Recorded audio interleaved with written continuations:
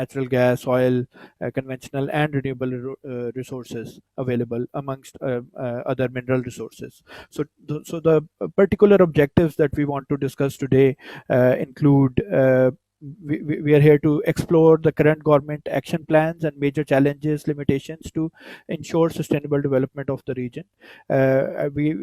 We wish to identify the key policies and actors which could contribute to a clean energy adaptation while making Gwadar a clean energy hub.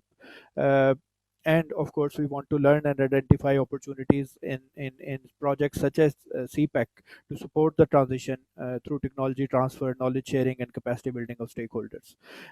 Just taking this opportunity to introduce our esteemed panel for today. We are joined here by Mr. Ghaus Baksh Mari. He is the Chief Economist, Planning and Development Department, Government of Balochistan. And we hope to learn from Mr. Murray on the future plans of the government and integration of provincial plans with the federal schemes through PSDP and CPEC. Uh, we are also joined by Mr. Taha Hassan Siddiqui. He is the manager for ease of doing business and investment promotion of the Board of Investment Government of Balochistan. And we hope to learn from Mr. Taha regarding the status of development of various energy and industrial investment projects. Especially, we would like to hear about the future prospects of Gwadar. We are joined by a very good friend of SDPI, Mr. Abdul Salaam Lodi. He's a professor of economics at the Balochistan University of Information Technology, Engineering and Management Sciences, BUTEMS. Dr. Salam has a keen eye on the overall sustainable development of Balochistan, and we wish to hear from you, sir, regarding the current needs and challenges of Balochistan and how can CPEC and other projects aid in achieving sustainable development. We will be joined soon by Dr. Jafar Khan Kasi. He's the head of Renewable Energy Department, University of Balochistan, and we hope to learn more about the potential and future scope of the projects related to renewable energy, especially solar and wind in Balochistan. We are also joined by Dr. Nadia Farouk, who is a consultant with the Asian Development Bank, and she can give her insights on how the development sector can play a role in sustainable development of Balochistan. And she, because she is also a researcher, she can actually provide evidence-based insight on sustainable development of Balochistan. We are joined by Mr. Ashraf Hassan Rana Saab. He is a director at Bridge Factor, which is a leading corporate finance advisory service provider. And Mr. Rana can provide feedback on basically the financial feasibility of projects, especially wind and solar in Balochistan, and of course other interventions. We will also be joined in around an hour by Dr. Ehsan Abbas, who is a senior research fellow at the CPEC Center of Excellence, and he will be sharing some components of his research with us. And of course, we are joined by the team lead of the project, Dr. Hina Aslam, and basically this all research and advocacy effort has been led by Dr. Hina. In between the meeting, our team will be posting some polls, and we will really request your perception and insights with regards to those polls.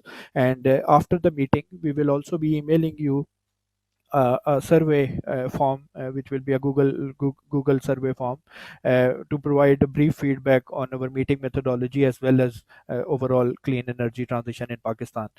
So without further ado, I will now request Dr. Hina for her opening remarks, and then we can move on with the proceedings. Thank you. Okay, thank you so much, Ahad, and with this, Assalamu alaikum, and I welcome you all to this series of webinar conducting public-private dialogues in all provinces of Pakistan on clean energy transition. I think most of the objectives and the baseline, the background of information has been shared by Ahad, and also I think portrayed in the nicely portrayed in the documentary that we have made for this project exclusively to identify and to highlight our recent priorities of government towards alternative renewable energy policy, that is to achieve 30% power through hydro and 30% share of solar and wind renewables in the energy mix by 2030. Along with that, we do see many other initiatives in terms of Clean Green Pakistan, electric vehicle policy, Paris Agreement goals, recent announcement of Prime Minister to not to be investing more in coal. So Pakistan is taking kind of a step above leap towards a green energy future. But considering the harsh realities for energy and power sector in Pakistan, there is a dire need to understand and to analyze whether these policies are too ambitious to be fulfilled, or what steps could be taken to ensure a smooth transition. And that's why STPI has taken this initiative to support the government and support all the relevant stakeholders all over Pakistan to identify and to develop a evidence-based framework to guide the future energy policy decision making, both in terms of generation and consumption, but also looking into inclusive development, socially equitable, environmentally sustainable, and economical viable. We have also established a network for clean energy transition that is being used to conduct this research, and that is the formation that we have used to involve all the stakeholders throughout this process, and not just stay to these webinars and these reports only, but to continue our efforts and our contributions to support this transition and to support the effective decision making in the policy, in the political economy of Pakistan. So with this, I'm very thankful to all the esteemed panelists who have joined us from Balochistan. Very kind of you to take this valuable time. And also, of course, looking into province of Balochistan having a prime importance in Pakistan's energy outlook, and due to the rich availability of renewable resources. So it would be really interesting to have perspectives and have knowledge coming from all these stakeholders, and giving us the practical implementation of the initiatives that are being taken under the government's policy, and also what other the provincial government's priorities towards it, and also looking into the CPEC, especially like it was mentioned by our executive director in the documentary about how we can promote this green CPEC. And that's actually coming, the leadership opportunity coming is coming from China now, that who are looking into how we can move towards adopting options, adopting measures to strategically invest more in clean energy fuels, more clean energy solutions through BRI, and of course CPEC being a flagship project of BRI. And I think it can be used as a positive showcased platform for China itself. So looking at this opportunity, and I think it provides us a great platform to really understand and to build capacity with the relevant departments, with the relevant people, to learn about the current government plans and the major challenges that are being, or limitations to ensure sustainable development in Balochistan, and also to identify how we can contribute to clean energy adoption while making Gawada a clean energy hub, and also looking into green growth, creating green jobs, and ultimately towards green socio-economic development of the region. And also, like I mentioned before, we would really be pleased to learn about identifying opportunities in CPEC to support this transition. As we all know, China has been taking considerable steps and actions towards their concept, under their concept of ecological civilization itself, having more technological advancement in environmental monitoring and evaluations, and also moving from fossil fuels industry to clean energy solutions. So it would be really a significant opportunity, gives us a significant opportunity to actually support this transition in Pakistan through the knowledge sharing from them, through technology transfer, and also capacity building between the two leaderships that we have. So with this, I think I would not take very long, and I would just give a floor to Ahad again to just begin with the proceedings. And again, thank you so much for joining us today, and thank you so much for supporting our efforts towards this. And this is all from my side. Thank you, Dr. Hina. We are also joined by Mr. Ghulam Muhammad Abbasi from the State Bank of Pakistan. He is a director. Welcome, sir. So, just regarding the format that we will be following in this public-private dialogue, we will be going towards the private sector first, and then moving towards the government to respond to what the private sector has to say. So, we'll start off with Mr. Ashraf Hassan Rana. I'll just like to put a request forward that we will be initially, for the initial remarks, we will each be getting 7 minutes, and afterwards we can have a second round of around 2 to 3 minutes, whatever the time is remaining. So I would request Mr. Ashraf Hassan Rana to give his interventions. Thank you, sir. Thank you, Ahad. I wasn't expecting to be the first one to speak. I thought I'd follow everybody else because when you were giving a long lecture on who the participants were, it was all the government, and I thought the government perspective will come in and we learn from what the government needs to do. But you want the private sector to start up, and so my name is Ashraf, gentlemen. I've been involved in the renewable sector from 2006. That was my first assignment. Totally do renewables, wind, solar. 80% wind that you see on grid in Pakistan has been done by us. We're advisors, developers. So we've got sponsors who work with us to come into this. Solar can there be recently closed out of this. Recently closed 12 projects in wind. We were involved in 8. In the recently closed 4 solar projects, 3 were ours. So I have a very good in-depth knowledge of what's going on and how the government is, unlike what you said, how the government does not want green energy to come in. The federal government, the policy is one thing, implementation of the policy is another. The federal government has got a brilliant policy saying that 30% renewable will come in. I can assure you that it won't be even 10% by 2030. The vision of the government is misplaced. They have done it based on the vision of the political parties, the influence that they get from people like World Bank, Asian Bank, and that's it. The implementation of the government, which is the Ministry of Energy, Power Division, is not on board on that, completely not on board on that. They have been stalling projects for the last 4 years since the PTI government has come in. And even before that, when the PMLN government was there, they've been stalling these projects. They have been one way or the other stalling their project, and it runs through the Power Division. It's not only one person, it's just runs through it. So that means the execution arm of the government, which is the Power Division, and the policy arm of the government, which is the Parliament, are definitely not on board with each other. The Power Division, the policy is made. It is approved by, somehow it got approved by the CCI as well.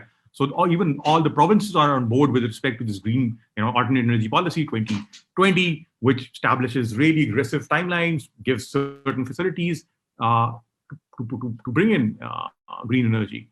However, the implementation arm of that policy, which is the Power Division, is not on board. They don't want a single megawatt of energy coming into Pakistan. Not a single megawatt for another 5 years. I can assure you of that. I have got experiences with these people which are daunting.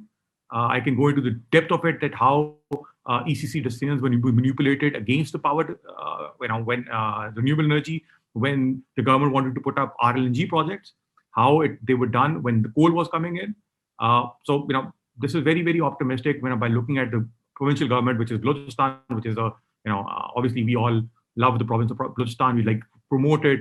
We know there's huge potential and renewable. I'm not sure whether any one of you guys actually know what the potential of renewable in Balochistan is. It's amazing, but provincial government really can't do anything. It's a hard environment to work on. Balochistan is not something that anybody would just close his eyes and go into, like Punjab or Sindh for that matter. Balochistan is difficult, security situation, uncertainty, infrastructure, lack of infrastructure. So there are many things which are with Balochistan, but the great potential is there. But when the federal government and the implementation arm of it is not on board, so in any discussion that we have or policy paper that we make or the provincial government's initiative, whichever they want to do, because the provincial government, if they want to really do something, they need a really big helping hand from the federal government. And that's not going to come.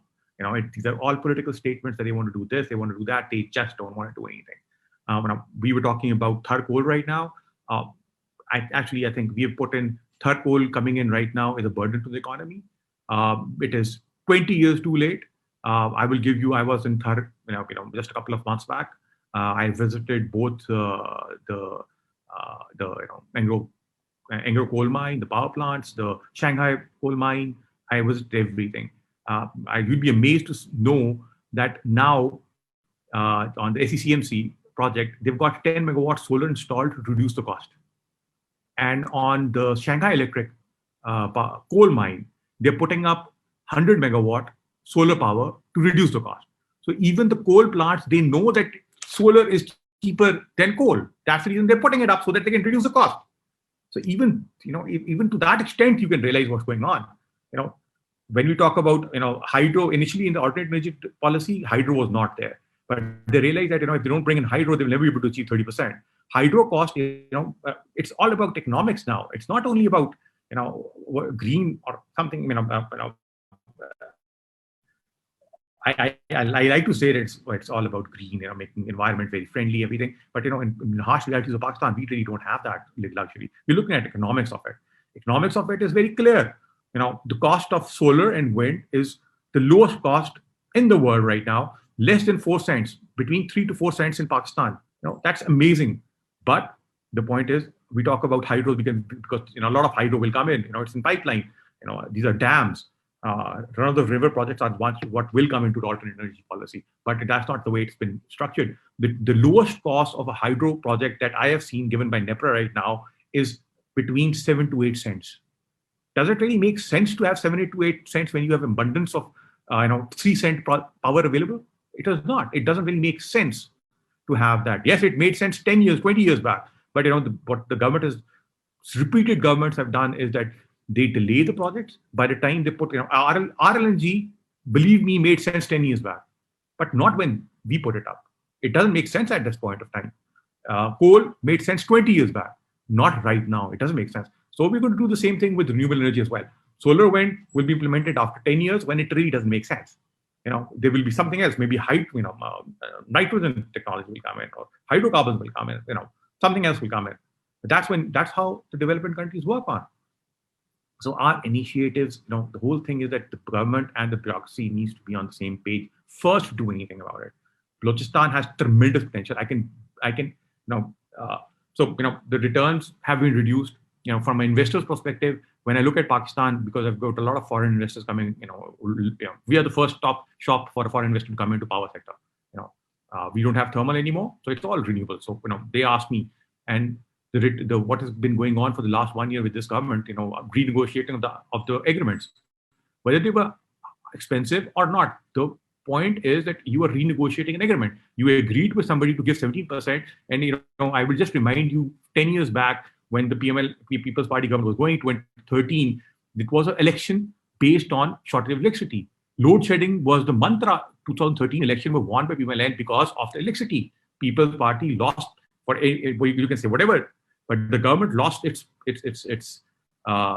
polls because there was load shedding and it was expensive. So government came in, they said that each unit of electricity not produced has a cost of 20 cents. Industrial loss, rural domestic use loss. That was for 5 years. That was what we told. Today, and at that point of time, there was not a lot of investment coming into Pakistan. The climate wasn't really that conducive. You gave incentives of 17% coming into renewables, 15% coming into thermal, because you wanted people to come in because the government of Pakistan didn't have money. You wanted PPP projects coming in. Now, come 5 years later, when you got more electricity, because planning was not of the private sector, it was of the government. Government somehow planned it in such a way that we have more electricity now. Now government is going back to those investors and telling them that you need to renegotiate from 17% to 13%. You have to convert. Is that the environment that anybody will invest into? This is a very, very negative environment, and not only for power sector, but all the PPP project infrastructure. Other than CPAC, nothing is going to come in because of these things. CPAC has special privilege on that. Other thing is that Balochistan, there needs to be a premium working in Balochistan, because there are certain additional risks that are available in Pakistan, in Balochistan, which are not in other provinces.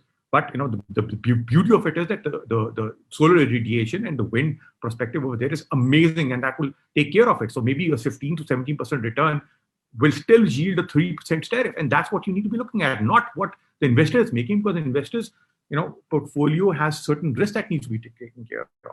So a fundamental shift needs to be done. It will not happen just by a couple of people just talking together and saying this is how it is. The mindset needs to be changed. Do we need renewable? For number one, do we need electricity in Pakistan? The answer to that right now is no. We don't need electricity.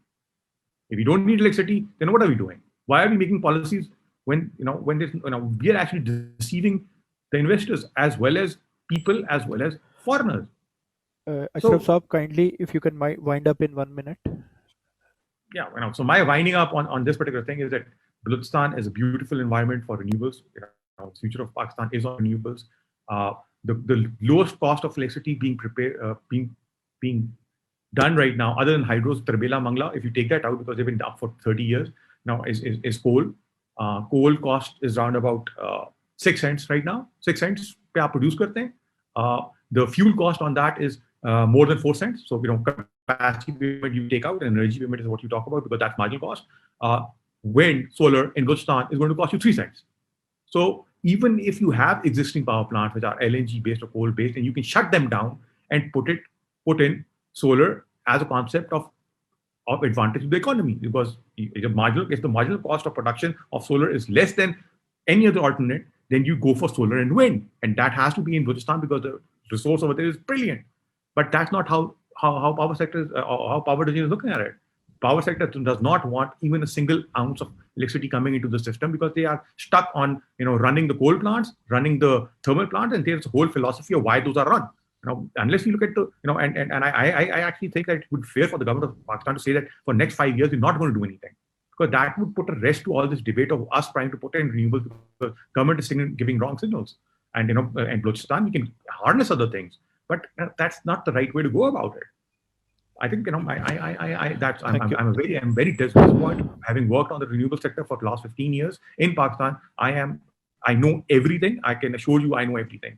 The only problem, and I'm disappointed, my investors are disappointed. We don't want to do anything more. Balochistan Engro is looking at Balochistan, Enertech is looking at Balochistan, but they don't know the reality that this is never going to happen. And an investor putting in $10 million, so these development projects take a lot of time, money. So if you develop a project in Balochistan, it will cost you like $5 to $10 million. But at the end of the day, when the tariff doesn't come in, and you don't get a power purchase consent from the CPK, Thank you, Ashraf Saab, for your excellent interventions. I think the financial feasibility of the projects are also very important, and we have to consider the ground realities when it comes to making policy decisions. So we are joined by Dr. Jafar Khan Kasi. He's representing the University of Balochistan. He's the head of Renewable Energy Department, and we would like to hear from Dr. Kasi regarding the potential that renewable energy holds in Balochistan. Dr. Saab, you're muted.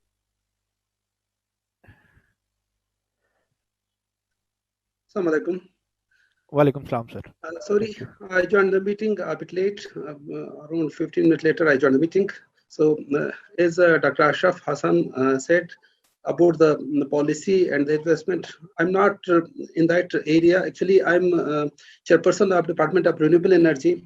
As an academician, I also second Mr. Ashraf Hassan that we have a lot of potential regarding renewable energy. We have solar potential, a lot of solar potential, very good installation in Balochistan, especially apart from the coastal area. We have a very good installation and we have wind potential here in Balochistan.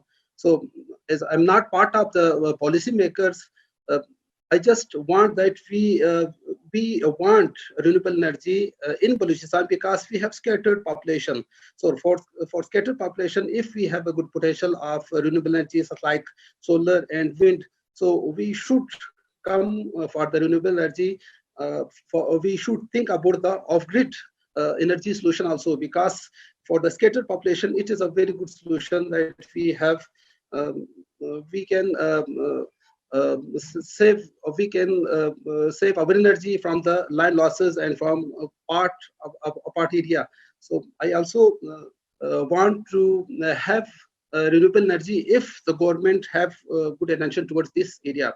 So from my side, I just have the comments that we have a good potential in Balochistan, in coastal area as well as non-coastal area, such like in Nokandi area, in central Balochistan, we have good potential of wind also over there. Thank you, Dr. Kasi. We will certainly like more research coming in regarding the potential, and probably if we can get a good figure out, because some of the research that was carried out on the coastal areas suggests that around 50,000 megawatts of potential is available on the coastal area. But considering the length of coastal area, and of course, I've been involved in the wind energy sector as well for quite a while, I think the potential can be multiples of 50 gigawatt, and I think Ashraf Saab will also agree on it. So I'll now move on to the next panelist, which is Dr. Abdul Salaam Lodi Saab. Sir, if we can hear your comments, please.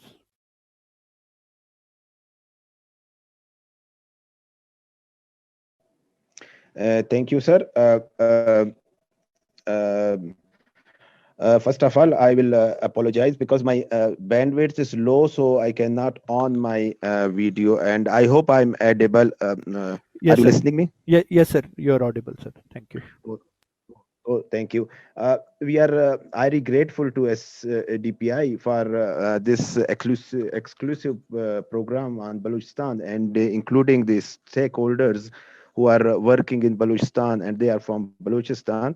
So my task was to discuss on the economic potentials of Balochistan, the areas where Balochistan has comparative advantage. If we list these areas, I think mining, the agriculture, tourism, and international trade, as we have two bordering countries like Afghanistan and Iran have borders with Balochistan, so there are potential for international trade.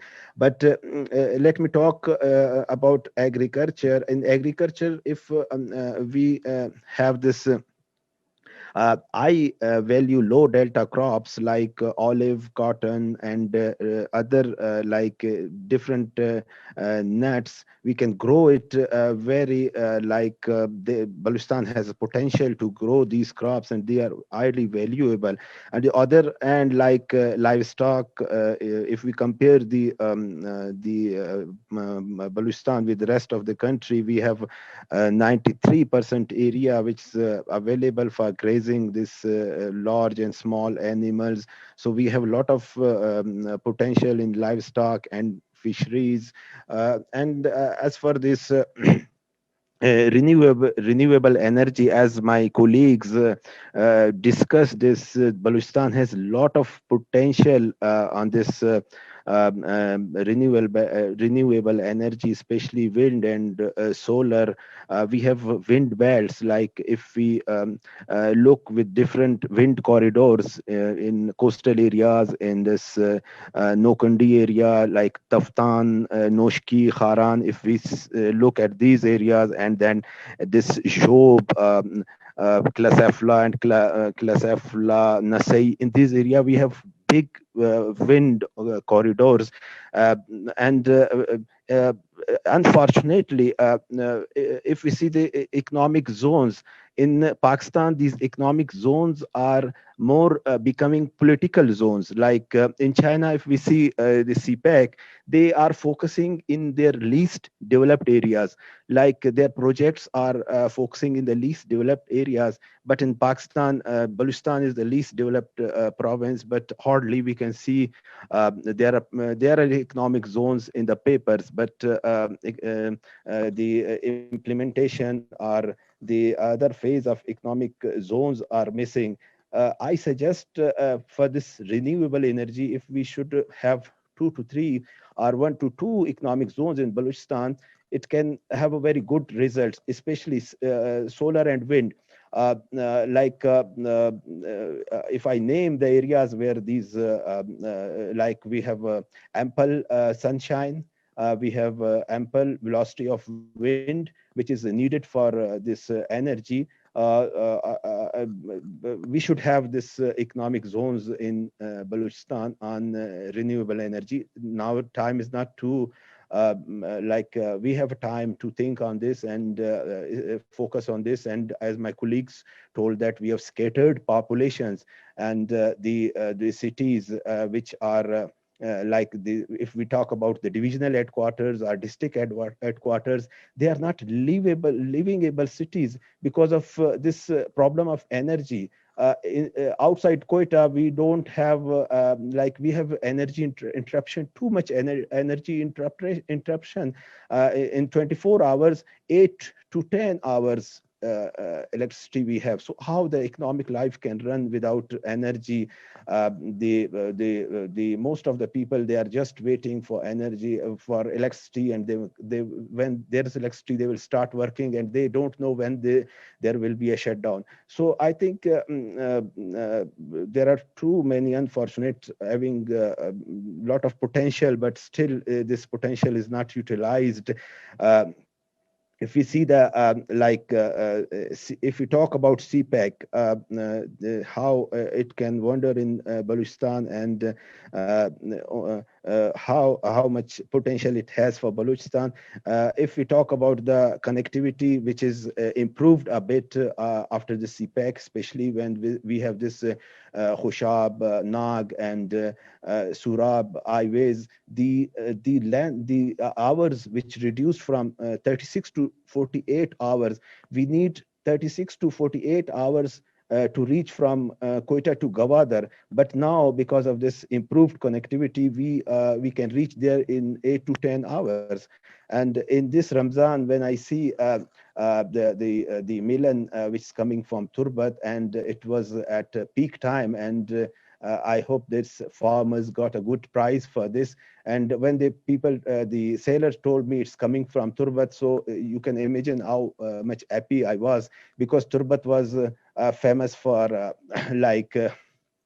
not this economic activities, but because of Mirani Dam and this connectivity. Now we have melon in the off season, which like the prices are very good, and we have this melon from the farmers of Turbat, which is very good economic activity, and it has more potential and for prosperity of this area, for the prosperity of this the farmers of this least developed areas of Pakistan. So I think I will conclude with this, that we should focus on economic zones really based on the comparative advantage and the potential that area has, instead of political objectives, because if this area is near to some political figures and they are adopting and they are focusing on economic zones, or the economic zones are going to the developed areas of Pakistan, I think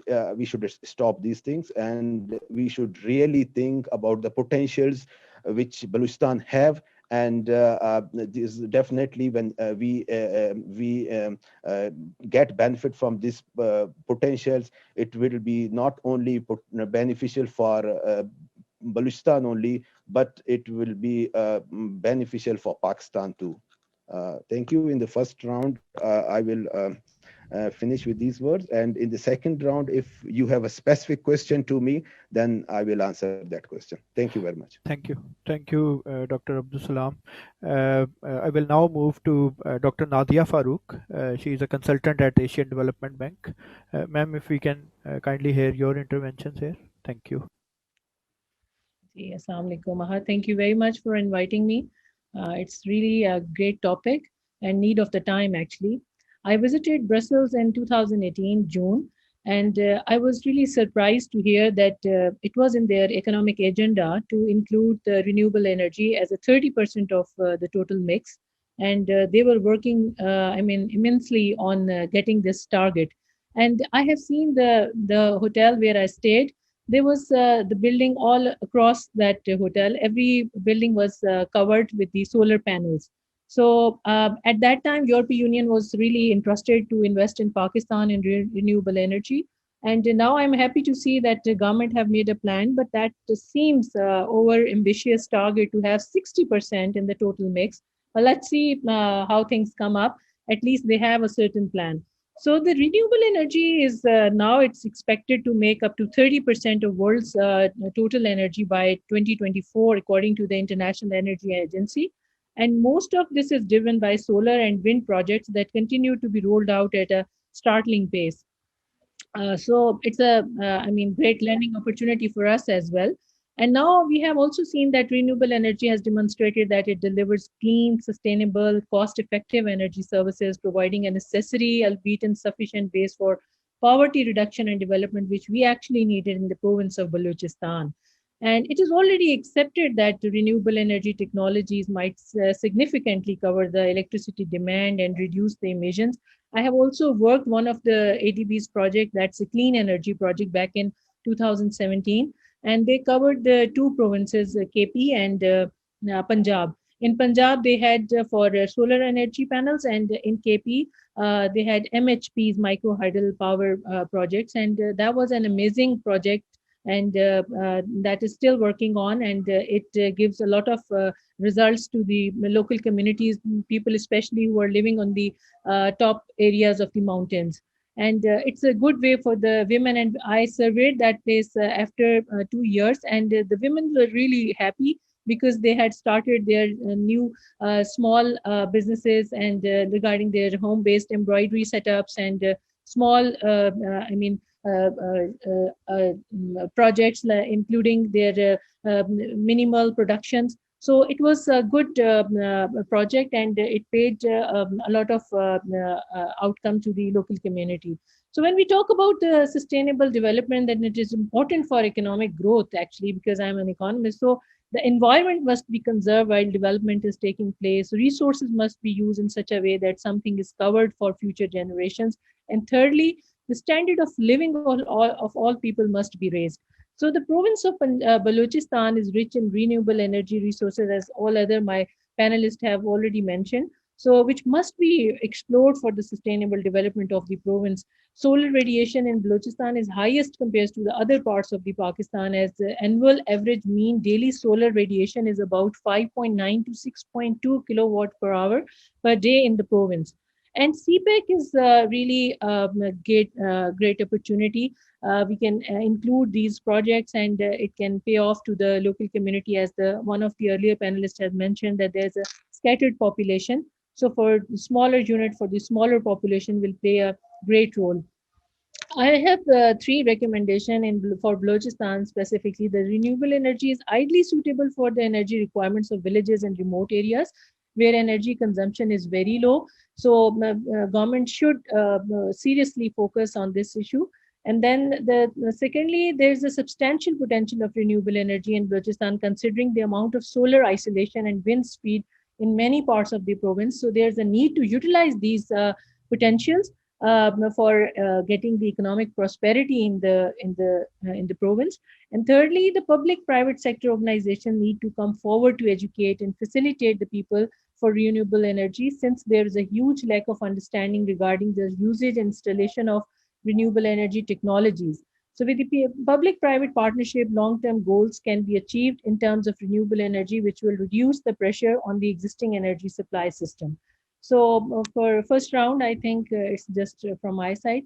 I'll be available for the second round as well. Thank you. Thank you, Dr. Nadia. It's really good to hear good positive recommendations coming in, and our research team is actually noting them down, and this will be included in the policy paper that we will be distributing during the next month. So I will now move to the government. We have with us Mr. Taha Siddiqui from the Balochistan Board of Investment and Trade. Over to you, Taha Sahab.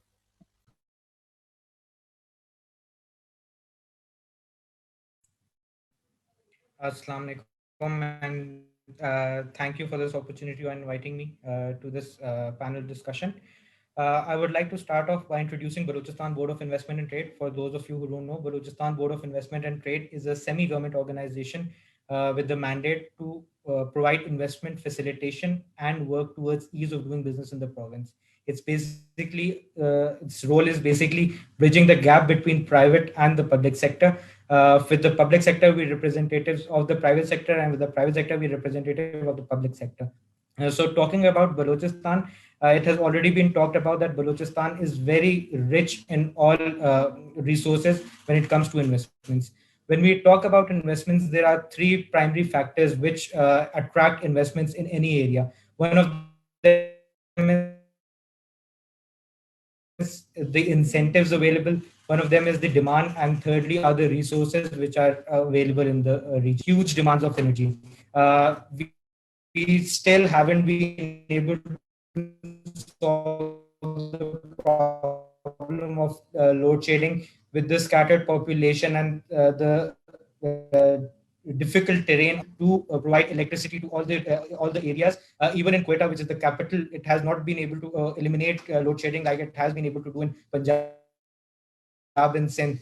And when we talk about the areas which are being developed at the moment, like Gwadar and all the other coastal areas and the economic zones that are being developed under the CPEC, we are still struggling to provide the energy resources that can attract the investment that is coming to the province. Now, talking about resources, it has already been talked about. Balochistan has huge solar potentials. It has the highest average solar radiation in the entire region. Talking about wind energy, we are home to the world's biggest wind corridor. It starts from Gwadar, the Makran division, and goes all the way to the middle of Balochistan. Even Gwadar, the literal definition of the word Gwadar is Hawa ka darwaza, the door to wind. So basically, it the wind potential in the region is humongous. So if we talk about the government's strategy, Balochistan, the thing that we have in Balochistan is that Balochistan is a very blank canvas. The industrialization that it is aiming for, it is yet to be achieved. We are inviting investments in across all sectors, in the livestock, mining sector, agriculture sector. It is just an empty canvas, and we are developing policies. We have the opportunities to develop policies in such a way that are sustainable. Uh, the markets are very saturated in Punjab and Sindh, while in Balochistan we haven't been able to achieve the industrialization in the past. So when we talk about industrialization with our organization and all the government organizations that are aiming to attract investments, the primary fundamental requirements is the energy that is the primary focus of the government. If we talk about the investment that is coming into the region, the energy sector is home to the largest foreign direct investment in Balochistan, the energy sector. And it's not only coal, it's based on alternate energy, also renewable energy. And what the government is trying to focus on is that the opportunities that are available in CPEC that are not just restricted to China only. It has invited contracts and investments from all across the world. We have investors who are interested from Germany, from Canada, and all the other regions who are willing to take a step to take the initial step in the energy sector of Balochistan, even before when we achieve industrialization through CPEC. So the thing is that what we need to focus, what we are focusing now on as the government, is providing those incentives. One of the primary incentives that the government is focusing on is the public-private partnership, as has already been talked about by Ms. Nadia. It has been a very primary key area of investment. Like in Balochistan, there are very inherent problems that we all know about: the political instability, the security issues.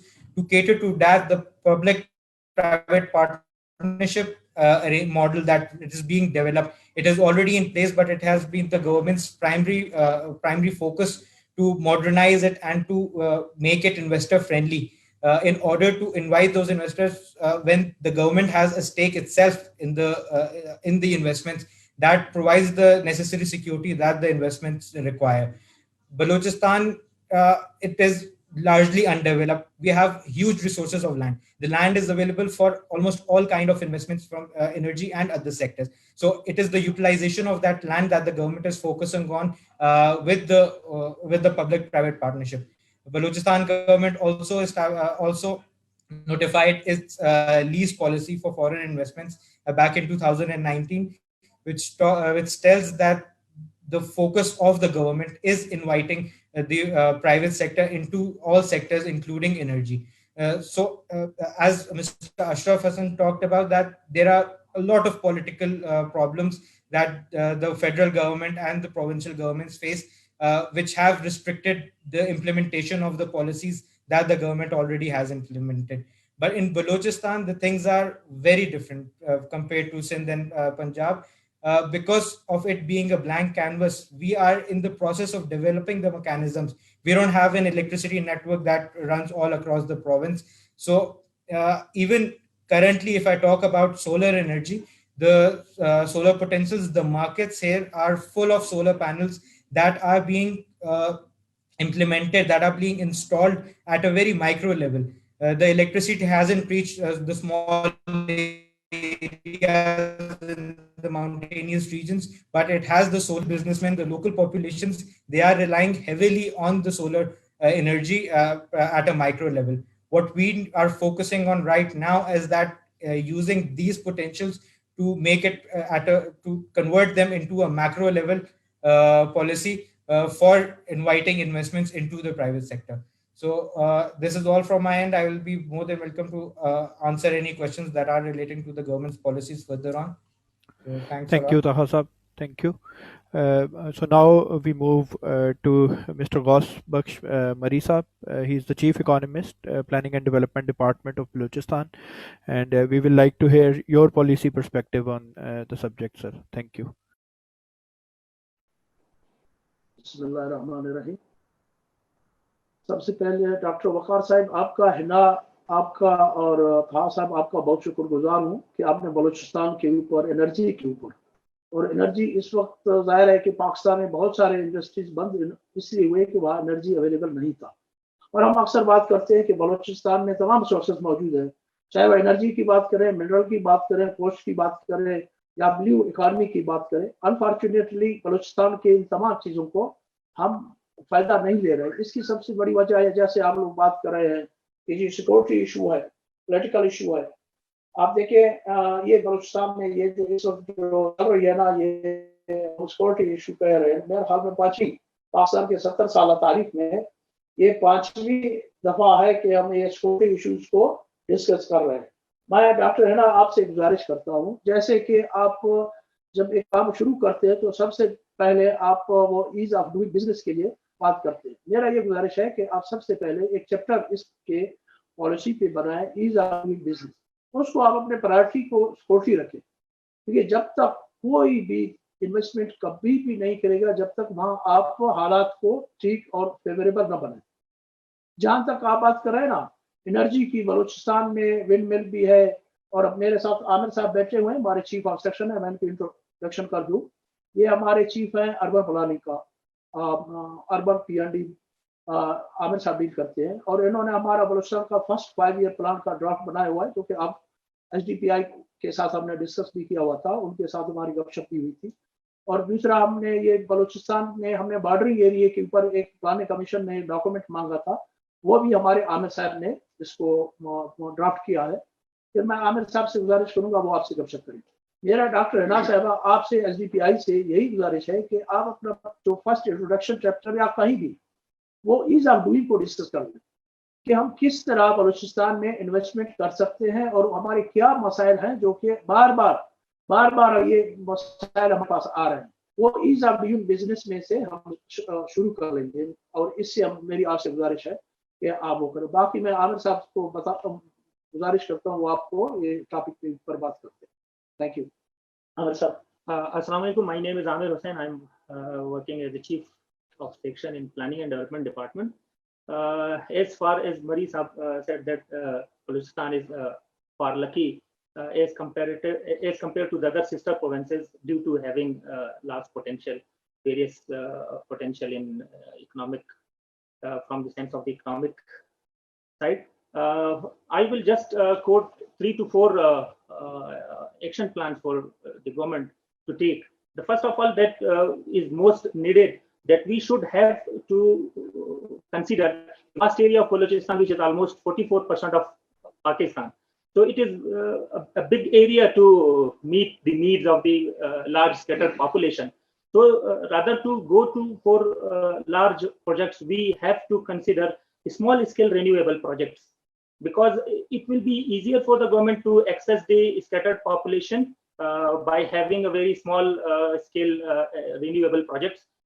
So it will also involve lesser cost to tackle the huge population and scattered population. Second, that climate change is one of the burning issue for the region, especially Pakistan, Iran, Afghanistan, and the neighboring areas. So Balochistan is also the worst hit due to climate change. So we have to consider the green energy and environment friendly energy. So there should be a regulatory framework in the sense that the industrial developments which are going to be done in Balochistan in the current wake of the CPEC projects, there should be a regulatory framework that the industrialists should consider the green energy, because without the regulatory framework, I don't think that the only renewable energy policy can do anything. So another thing that we have the panelists, they have talked about the solar and wind energy. I think that Balochistan is also lucky to have a 750-kilometer vast coastland. So there is a huge potential which we have worked upon in our 5-year plan and bordering areas plan, that Balochistan is lucky to have tidal energy that is neglected.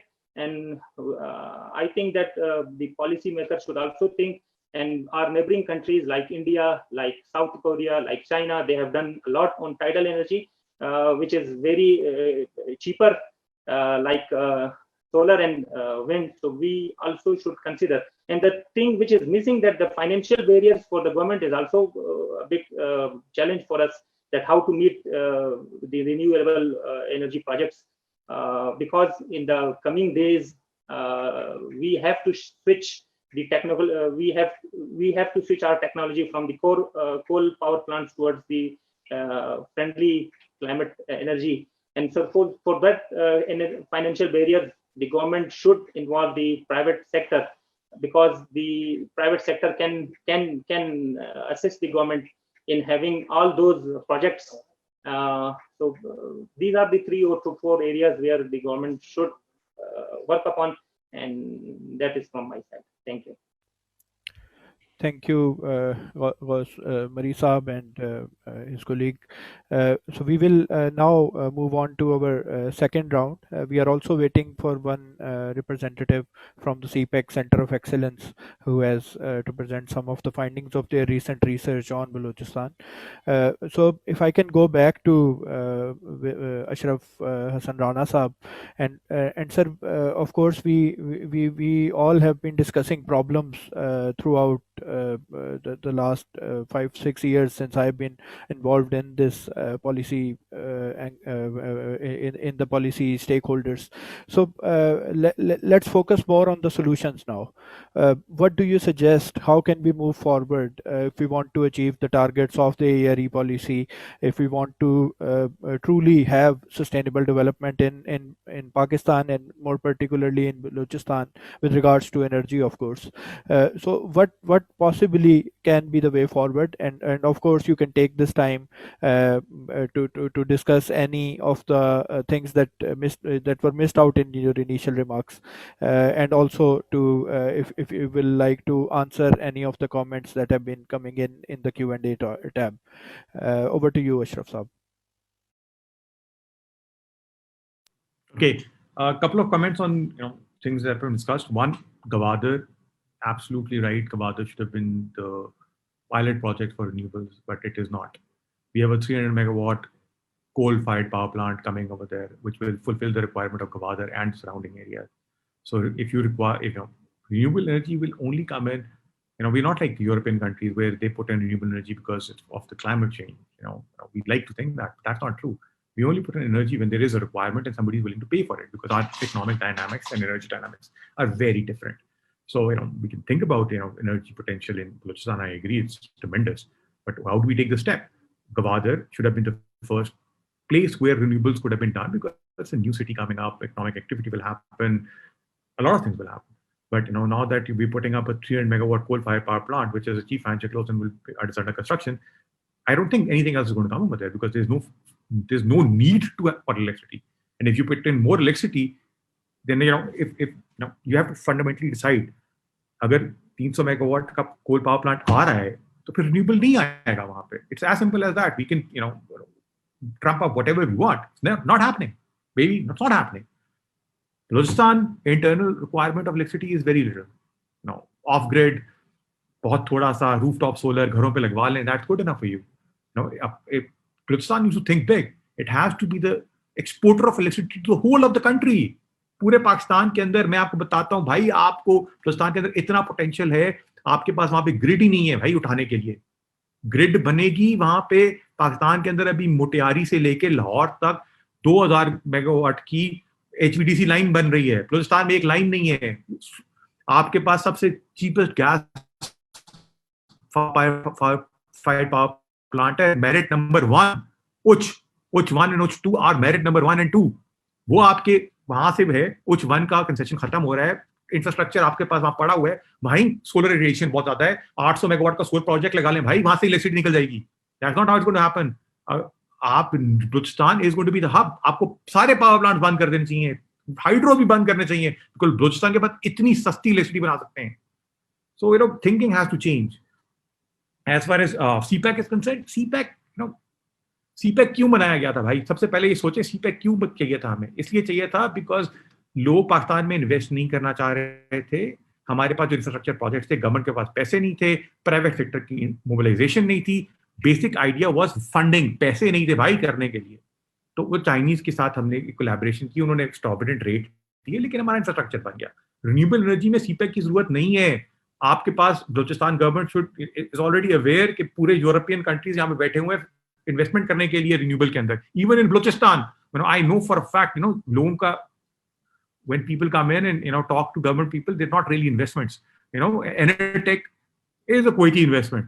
वहां पे वो आपके पास बैठे हुए हैं भाई, हम लगाते हैं. उनके पास LOIs हैं, वो बैठे हुए गवर्नमेंट के पास बैठ रहे हैं, हमें लगाने तो. एंग्रो लगाना चाह रहे हैं, इतने लोग. स्काटे सोलर लगाना चाह रहे हैं, सारे लगाना चाह रहे हैं क्योंकि इन्होंने पाकिस्तान में पैसे लगाए हुए हैं. तो मसला ये है कि आपका CPEC की जरूरत नहीं है हमें, बिकॉज CPEC इज अब रोड इंफ्रास्ट्रक्चर था, थर्मल पावर प्लांट थे जो बड़े बड़े थे. अगर आप 1000 मेगावाट का सोलर पावर प्रोजेक्ट भी लगा लेते हैं तो कितने का होगा यार? वो $250-300 मिलियन का प्रोजेक्ट है यार. $250-300 मिलियन आपको प्राइवेट बैंक्स और प्राइवेट इक्विटी मिल जाती है. CPEC वाली जरूरत नहीं है, because CPEC is a bureaucracy in its own self. वो बहुत बड़े प्रॉब्लम्स है उसके अंदर, तो आपको वो इतनी ज्यादा जरूरत नहीं है उस चीज की. Something else that I need to talk about is solar tube wells. Government of Balochistan का बहुत बड़ा इनिशिएटिव था जो कि गवर्नमेंट ऑफ पाकिस्तान ने बड़े ऊपर लेवल तक गया कि हम जो सोलर ट्यूबवेल्स हैं उनको कन्वर्ट करते हैं, because there is default on the payment of tubewell cost. वो आप सोलर ट्यूबवेल लगा देंगे. Solar tubewell might not be a very good idea, but what government of Sindh can do is that they can connect the tube wells because they get already getting electricity through a solar power plant, because अगर आप solar panel लगाएंगे tube wells के ऊपर तो वो the efficiency of that is going to be very low, the theft is going to be very high. 3-4 साल बाद आप huge investment करके वो खत्म हो जाएगी, because that's the way it works. लेकिन अगर आप एक 200 मेगावाट का पावर प्लांट अच्छी जगह पे लगा लेते हैं जो कि बहुत सस्ता पड़ेगा और इलेक्ट्रिसिटी उनको मुफ्त दे दें, फिर भी बेहतर हो जाएगा. As far as measures to be taken to bring it right, how to improve the climate in Balochistan जहाँ पे हो सकता है, तो वहाँ पे सबसे बड़ा चीज फेडरल गवर्नमेंट की है. What I keep on repeating is that the two arms of the government are not on the same page. Now they need to be on the same page. Number one, there's mixed signal being given. The policy says that we have tremendous potential of energy and we need energy and we will bring it up to 30%. That's a huge statement. Implementation of power agency has been doing for the last 2 years everything possible in their armory, everything, not to bring out even a single megawatt. And Pakistan government knows about that.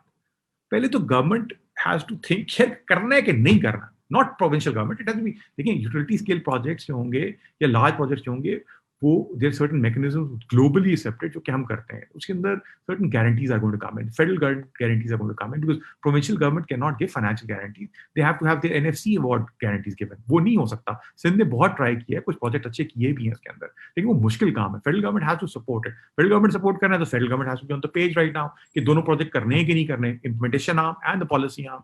Implementation आप कहता है नहीं करना है, मैंने CP पे कहता है मैंने 1 मेगावाट बिजली नहीं लेनी है, एनटीडीसी कहता है मैंने कोई ग्रिड बिठानी नहीं है क्योंकि मैंने नहीं करना. तो हम जो मर्जी करते रहे, जब तक ग्रिड नहीं होगी तो बिजली उठाएंगे किस तरह यार? तो वो तो चीज होगी नहीं.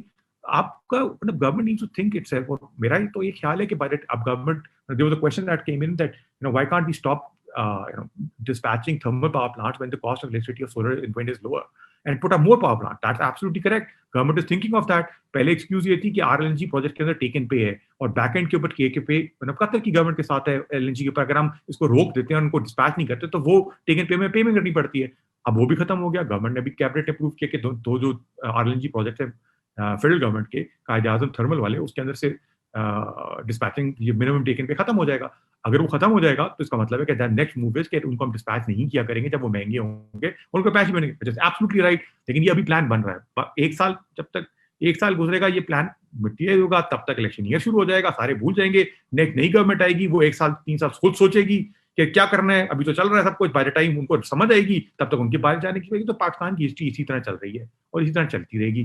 कोई आप मतलब project that happened in the past renewable energy, आप उन इन्वेस्टर से पूछें कि उनका कितना एफर्ट लगा है, कितने पैसे लगे हैं, कितना रिस्क लिया उन लोगों ने इन चीजों को करने के लिए. That's tremendous. और तब रिटर्न बेहतर थे. Investor come in behind returns. They are not private investors are looking for return. अब प्राइवेट इन्वेस्टर्स के अंदर आप कहते हैं 12% ले लो. आपका जो गवर्नमेंट ऑफ पाकिस्तान ने जो अभी 5 साल का सकूक जो यूरो बॉन्ड्स की हैं उसके ऊपर वो 8% दे रहा है dollar based return. 8% dollar based return दे रहा है. और वो कहते हैं जी कि आप रिन्यूएबल एनर्जी में कर लें तो हम आपको 12% देंगे. अब 12% का 4% का फर्क है. और जो 12% वो देते हैं वो 12% नहीं होता. On our model, on our financial model, putting in the financing covenants in that, it is less than 10%. तो 2% के लिए एक बंदा प्रोजेक्ट रिस्क ले बलूचिस्तान में, it's not possible. It's not going to happen. आप जो मर्जी कह ले, इट विल नॉट हैपन. तो वो तो क्योंकि मैं बेहतर ये है कि मैं पाकिस्तान का government backed sovereign euro bond ले लेता हूं फ्रॉम इन्वेस्टर. उसका क्या फर्क होगा? 8% पड़ेगा और मैं उसको रोटेट कर सकता हूं, मैं लेवरेज ऑन लेवरेज कर सकता हूं. I can get that 8% to 12% without doing any additional risk. क्या करूंगा मैं? 8% का बॉन्ड लूंगा, उसको कोलैटरल दूंगा, उसका 50% मुझे 75% से 50% मुझे रीबोरोइंग मिलेगी, उससे एक और कोलैटरल ले लूंगा, तो मैं उसको रोटेट करके 12% पे ले जाऊंगा. तो मुझे क्या जरूरत है इतना बड़ा मसला करने के लिए? ये तो बताएं. जब वो नहीं मसला ये करना तो मतलब आपने सब कुछ खत्म कर देना है तो फिर किस तरह होगा ये? तो there are Balochistan government is very good government. They are trying to really do a lot of stuff. PPP के अंदर बहुत ज्यादा करने की कोशिश कर रहे हैं, लेकिन वो नहीं होगा जब तक फेडरल गवर्नमेंट ऑन बोर्ड नहीं होगी. बिकॉज ये फेडरल गारंटीज के बगैर तो नहीं हो सकता ना. सिंध ने पीपीपीज किए हैं और उन्होंने जो पीपीपीज रोड पे किए हैं वो उन्होंने एक बॉयलर प्लेट सेट करनी थी. They are very very expensive, लेकिन फिर भी वो नहीं हो सक रहे because provincial government can't really give guarantees under our constitution. They just can't. Financial guarantees नहीं दे सकते. जब वो नहीं दे सकते तो इन केस ऑफ डिफॉल्ट, और बलूचिस्तान का एनवायरमेंट बहुत ज्यादा ऐसा है जिसके अंदर डिफॉल्ट हो सकती हैं, लेकिन many things that can go wrong. Balochistan environment, so federal government guarantees will come in. So there needs to be we talk about a lot of special packages for Balochistan. For this kind of a financial package needs to be there. That there should be a line available from the government of Pakistan about $1 billion, which will be used by the provincial government to backstop guarantees. For PPP projects, that's what you need. Road projects करना है, आपने infrastructure project करना है, आपने transmission line करनी है, जो भी करना है आप कर सकते हैं. This is the package you need. So it's a very very complex environment that we have in there. उसको करने के लिए, decipher करने के लिए, लगाने के लिए जो effort चाहिए, that's immense. And governments come in, 2 साल उनको लगते हैं समझते हुए कि पावर सेक्टर है क्या. Power sector is a very very complex situation. जब तक उनको समझ आती है कि करना क्या है, this is same thing. People party government के साथ ये हुआ, पीपल गवर्नमेंट के साथ ये हुआ, पीटीआई गवर्नमेंट के साथ ये हो रहा है. बाय द टाइम वो रियलाइज करते हैं कि करना क्या है, सही तरीका क्या है, तब तक they are on the way out. जब वो आउट हो जाते हैं, नेक्स्ट गवर्नमेंट आती है, वो फिर से स्टार्ट करती है जीरो से. जी पिछली गवर्नमेंट ने गलत किया, मैं फिर ही करूँ. वो 2 साल लगता है नहीं यार पिछली समझ आखिर में करी थी, सही करी थी, वो करते हैं. By the time they again वो बाहर निकल जाते हैं. So it's an ironic situation in Pakistan. So Thank you, Ashraf Saab.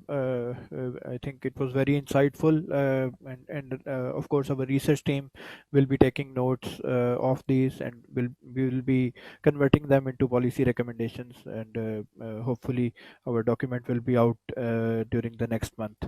So we have a couple of questions from Tanveer Mirza Saab. Number one is for the Balochistan government, whether they have installed some basic infrastructure in Balochistan. So I was involved in the wind energy industry till 2016 almost, and we used to hear that there is a huge potential in the coastal areas of Balochistan, but there are no met masts installed, or we don't have actual data regarding the wind energy. So is the Balochistan government having such a direction? Maybe Ghaus Bakshmari Saab or Chief Saab will like to answer that. Thank you, sir.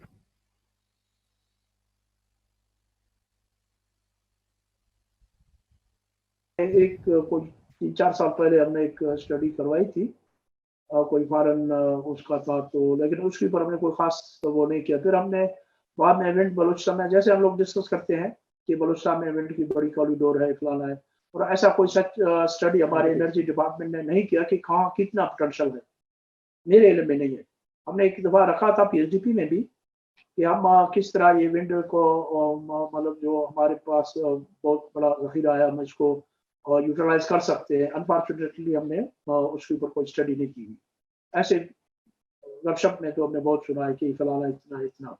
हमारा अगर हमारे IT university के कोई दोस्त बैठे हुए हैं, उनसे भी हम पहले एक दफ़ा हमने कहा था तख्तू में, हमारा बलूचिस्तान में ये आईटी यूनिवर्सिटी के साथ एक जगह उन्होंने एक प्लान बनाया था कि हम विंड एनर्जी के लिए वहाँ एक कोई काम इन्वेस्टमेंट कर लेंगे. तो प्लानिंग एंड डिपार्टमेंट ने उस वक्त उनको पैसे भी दिए थे कि आप इसको एनर्जी को किस तरह आप इसको यूटिलाइज कर सकते हैं इस कॉरिडोर को, लेकिन वो भी शायद वो स्टडी भी नहीं हुई. Let me answer that. AEDB ने coastal areas के अंदर मास लगाए हुए हैं. There is data available with AEDB.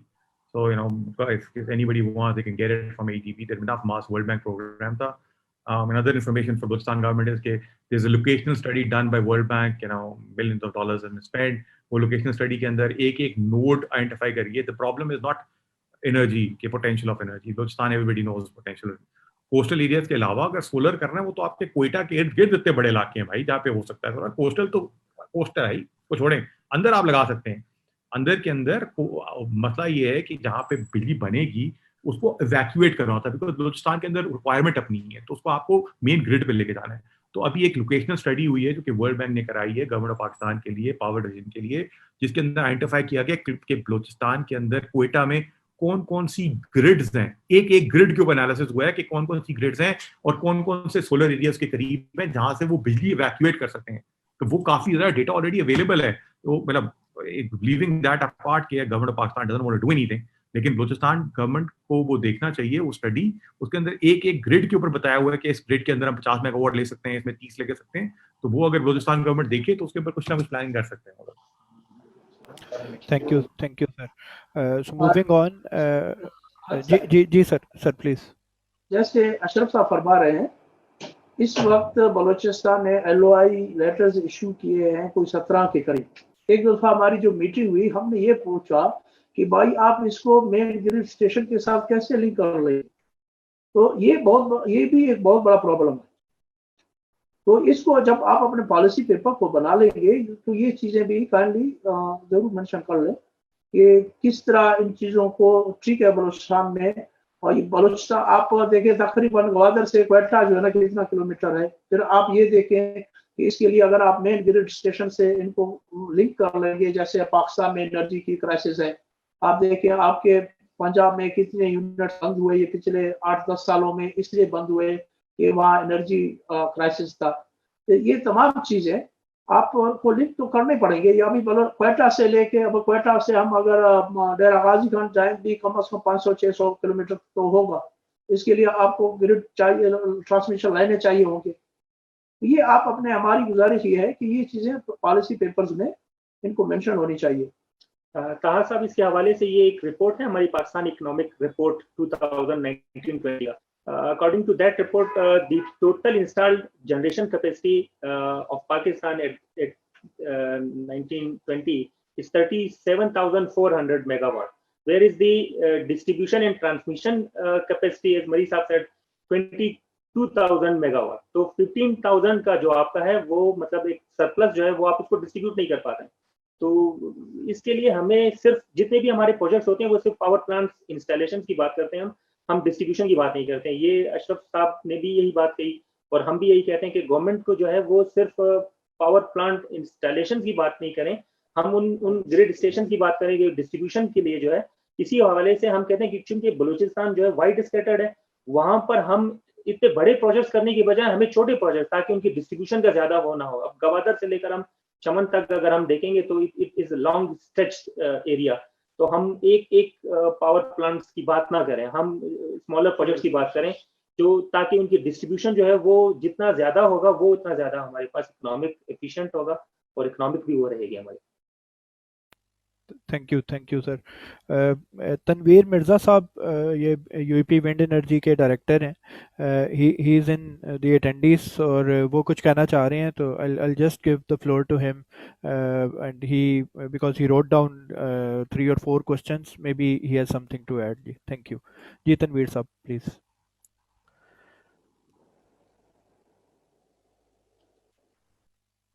अस्सलाम वालेकुम। वालेकुम सलाम सर प्लीज आपका। मेरा नाम तनवीर मिर्जा है जी, मैं director operations and company secretary UP wind power project के साथ काम कर रहा हूँ, लेकिन मैं रिन्यूएबल एनर्जीज पे 2005 से काम कर रहा हूँ। I was also among the first one to install some solar lighting activity in Gwadar. That was in 2006 और 7। उस वक्त ये गवादर, उस वक्त वो सीपैक के हवाले से, वो सीपैक भी नहीं आया था, कुछ भी नहीं आया था, लेकिन गवादर डेवलपमेंट अथॉरिटी ने कुछ पायलट प्रोजेक्ट किए थे सोलर स्ट्रीट लाइटिंग वगैरह के। मैं सिर्फ ये बात करना चाहता हूँ कि उस वक्त से लेके आज तक के जो सबसे बड़ा इम्पोर्टेंट फैक्टर जो है किसी भी इन्वेस्टर का, चाहे वो लोकल है या इंटरनेशनल है, वहां की सबसे बड़ी प्राइम जो चीज है वो सेफ्टी और सिक्योरिटी है, कि जो लोग आएंगे प्रोजेक्ट लगाएंगे वो उनको सेफ्टी और सिक्योरिटी मिलती है या नहीं। पोटेंशियल पाकिस्तान पूरे में बहुत है, गवादर में बहुत ज्यादा है, चाहे हम विंड की बात करते हैं चाहे हम सोलर की बात करते हैं। लेकिन अगर हम विंड की बात करते हैं तो फिर देखना ये पड़ेगा कि क्या विंड के लिए हमें जो इंटरनेशनल इन्वेस्टर को लेके आना है, और जैसे अभी मरी साहब भी बात कर रहे थे, तो हमने तो अभी तक के अपना जो गवादर का कॉरिडोर है वो इंटरनेशनली रिकॉग्नाइज नहीं हुआ। जिस तरह जमपीर कॉरिडोर रिकॉग्नाइज हुआ और जिस वक्त वहां पे इन्वेस्टर्स, इंटरनेशनल इन्वेस्टर्स आना शुरू हो गए, लोकल इन्वेस्टर आता है लेकिन जो इक्विटी के लिए, पार्टनरशिप के लिए या इक्विपमेंट के लिए फॉरेन उसको कोलैबोरेशन चाहिए होती है, क्या हम वो लेके आ सकेंगे? क्या फेडरल गवर्नमेंट इस तरह के जो विंड के प्रोजेक्ट्स हैं उस पर सॉवरेन गारंटी देगा? ये भी एक इशू है। पॉलिसी मेकिंग से लेके इंफ्रास्ट्रक्चर डेवलपमेंट तक के विंड के हवाले से बहुत सारे काम हैं जो अभी हमने नहीं किए और करने हैं। तो फिर इसका मतलब ऑप्शन क्या रह जाता है?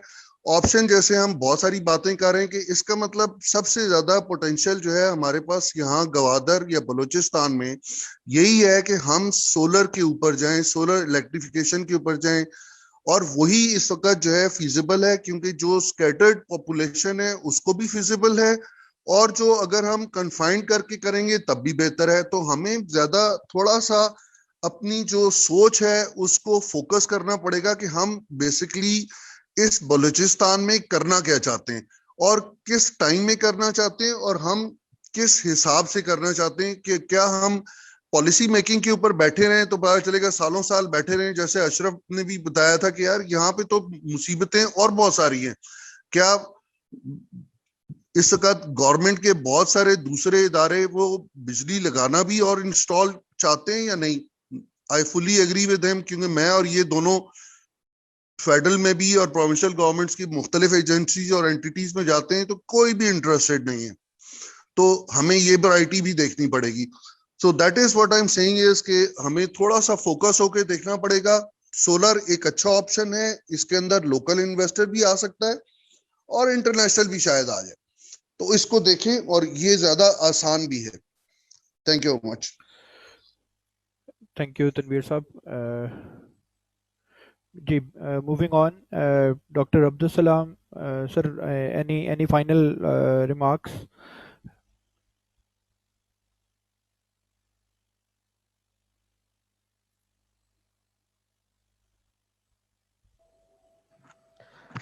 May I add something? Any sir final remarks on the subject, please?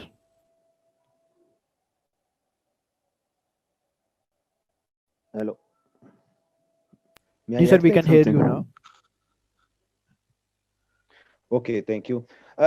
Sir, देखिए, if we talk about Balochistan, like we have scattered population, we have main thing is governance issues. When we talk about cities, they are not livable. اگر ہم کوئٹہ سے باہر کوئی بھی جانے کے لیے تیار نہیں ہے, اس کی وجہ کیا ہے کہ ایون ڈسٹرکٹ ہیڈ کوارٹرز میں نہ کوئی ڈاکٹر بیٹھنے کے لیے تیار ہے, نہ کوئی انجینئر بیٹھنے کے لیے تیار ہے, نہ کوئی ٹیچر بیٹھنے کے لیے تیار ہے, بیکاز وہاں پہ کوئی فیسلٹی نہیں ہے. ہمیں چاہیے کہ کوئٹہ کے ساتھ ساتھ ایٹ لیسٹ ڈویژنل ہیڈ کوارٹرز کو ہم لیویبل بنائیں.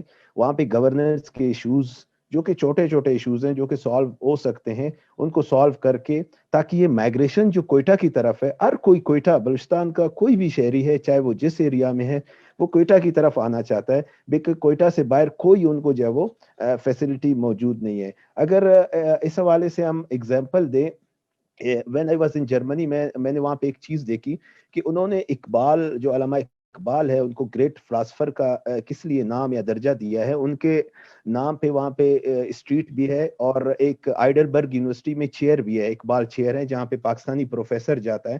تو ان سے ایک سوال کیا گیا کہ آپ مسلمان جب ایک شہر کی آبادی بڑھ جائے تو کیا کرتے ہیں؟ تو انہوں نے کہا کہ انہوں نے ایک حدیث کا حوالہ دیا جس میں حضور صلی اللہ علیہ وسلم نے کہا تھا کہ جب مدینہ کی آبادی بڑھ جائے تو اسی طرح کا ایک اور شہر بنائیں. تو اس چیز کو انہوں نے اڈاپٹ کیا ہوا ہے. ہر شہر کو اپنے جو ہے وہ پہلے وہاں پہ وہ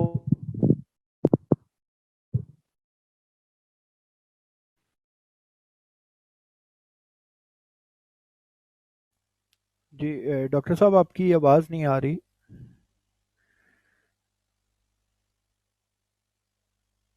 جی آواز آ رہی ہے جی. ڈاکٹر احسن, آپ کے پاس آتے ہیں, بھی ڈاکٹر عبد السلام لودھی اپنے فائنل کمنٹس دے رہے ہیں. ہاں ٹھیک. I think we have lost Dr. Abdul Salaam. So I'll just like to move to Dr. Hassan Abbas. He is a senior research fellow at the CPEC Center of Excellence. Hassan صاحب, تھوڑا سا time اب ہمارے پاس کم ہے, تو آپ اگر وہ جو آپ کی ریسرچ ہے اس سے ریلیونٹ ہمیں تھوڑا سا فیڈ بیک دے دیں جلدی سے. Thank you. جی السلام علیکم. First of all, thank you very much for giving me the opportunity to speak on this very important and very valuable topic. Sorry, I'm late due to because I was taking the classes, so I informed yesterday. تو جلدی سے میں بتا دیتا ہوں, اور یہ بڑی کل مجھے بڑا اچھا لگا کہ یہ جو ٹاپک آپ نے کیا ہے it is from core of the my heart. اور جو ایک اسٹڈی بھی میں نے کی تھی, ایک کانفرنس پیپر تھا, basically it was about the Balochistan coastal area and Gwadar fishery sector.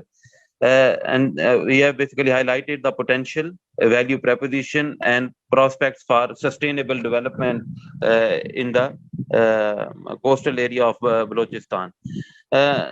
Basically I would like to highlight 2 or 3 very important things. پہلی چیز جو اس میں ہم نے focus کی, it was basically to focus on the indigenous resources and the local population of the Balochistan. پہلی چیز جو ہے آپ کے indigenous resources, local people and exploitation of your latent comparative advantage. جہاں پہ وہ جس ریجن میں جو بھی ایک hidden advantage ہے, we have to exploit that resource efficiently. اس میں جیسے ہم نے جو ہے چونکہ فوکس کیا تھا گوادر کو, اور اس میں اور اسپیشلی جو فشری سیکٹر میں, تو وہ اس کی وجہ ہی یہی تھی کہ it was the major economic activities of that region.